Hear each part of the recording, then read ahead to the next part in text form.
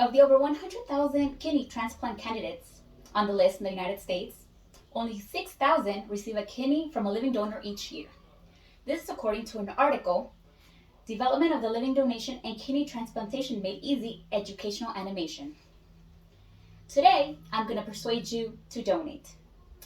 I was on the transplant list, but thankfully my brother volunteered to donate a kidney to me.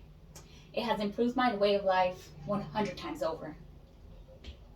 Now, I will explain how you would be helping people live a better life by donating a kidney, the process to donate, recuperation, and life after donation.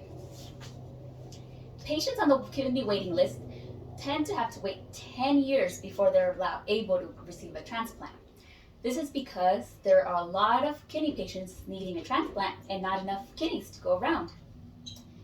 Patients on dialysis usually live a half life. According to Dr. Scher, a nephrologist, throughout my training and career in nephrology, I have been intensely aware of how kidney patients, even those doing well, often have poor quality of life. The reason for this is that dialysis patients, their whole worlds tend to go around when their next treatment is. Treatments are also not always good for the patients. Sometimes they're exhausted, sometimes they even get sick to the point where they end up in the hospital. After a kidney transplant, however, patients' lives completely do a 180. Transplant patients have more energy, fewer limits on what they can do, more free time, there's no dialysis, more flexibility to travel, and a greater ability to work and hold the job. This is according to the American Kidney Fund. Myself as an example, when I first started getting sick and having to go to dialysis, I had to quit my job. There was no way I could go to work and then still go to dialysis. Dialysis was taking up too much time where I couldn't make it to work on time. Basically, after transplant, patients become contributing, productive members of society. Now that you're thinking about donating, let me explain the process to you. As in everything in life, the first thing to do is to decide to do it.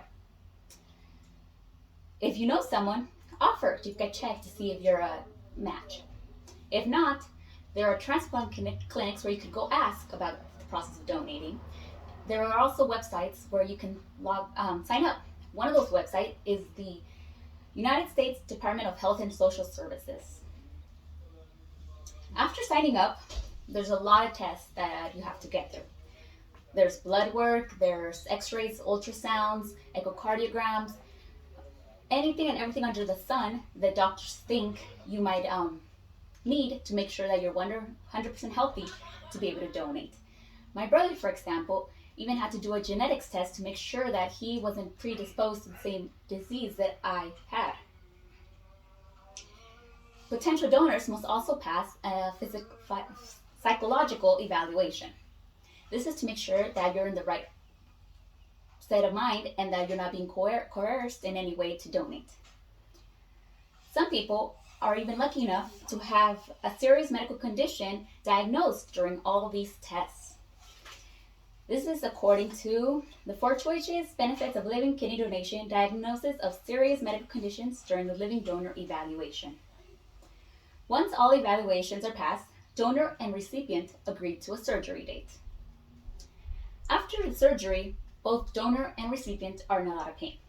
This is true for every major surgery out there. Surgeons now use a new surgical technique called laparoscopy. What this is that they make a small incision, usually in the stomach, right underneath the belly button, around this big, to just big enough to get the kidney out. And because it's so small and because it's not as invasive as going in through how they used to through the back, there is a shorter recuperating time for the donor. After recuperating, donors can go back to their normal lifestyles. They should be more conscious of their diets, however, after. They should also be exercising daily. Donors should also keep seeing their doctors. According to the patterns of primary care utilization before and after living kidney donation, yearly checkups should also be something that the donors keep doing for the rest of their lives. Donors have the same risk of later in life contracting a kidney disease than non-donors do. This is according to the American Kidney Fund. Having heard my speech, I hope I have convinced you to donate a kidney. Hundreds of thousands of people out there are waiting for a kidney who can't wait the 10 years required. Donating is scary, but every day it's safer and easier with all the new technology. Recuperating time is short and it's easy to get back to your lives. I wouldn't be here if it wasn't for my brother, because before my transplant, my life consisted of dialysis, sleeping, and watching what I ate. Here you could see some pictures of me before surgery and after. Before, I had no energy. I was always tired. I lost my appetite. I was practically a walking skeleton. Here, well, this is actually just 3 months after the transplant surgery. I'm still not 100%, but you can already see a difference. I have more meat on my bones. I'm feeling better. The color in my face has improved. So please, think about it. Educate yourselves and donate. You just might be saving somebody's life.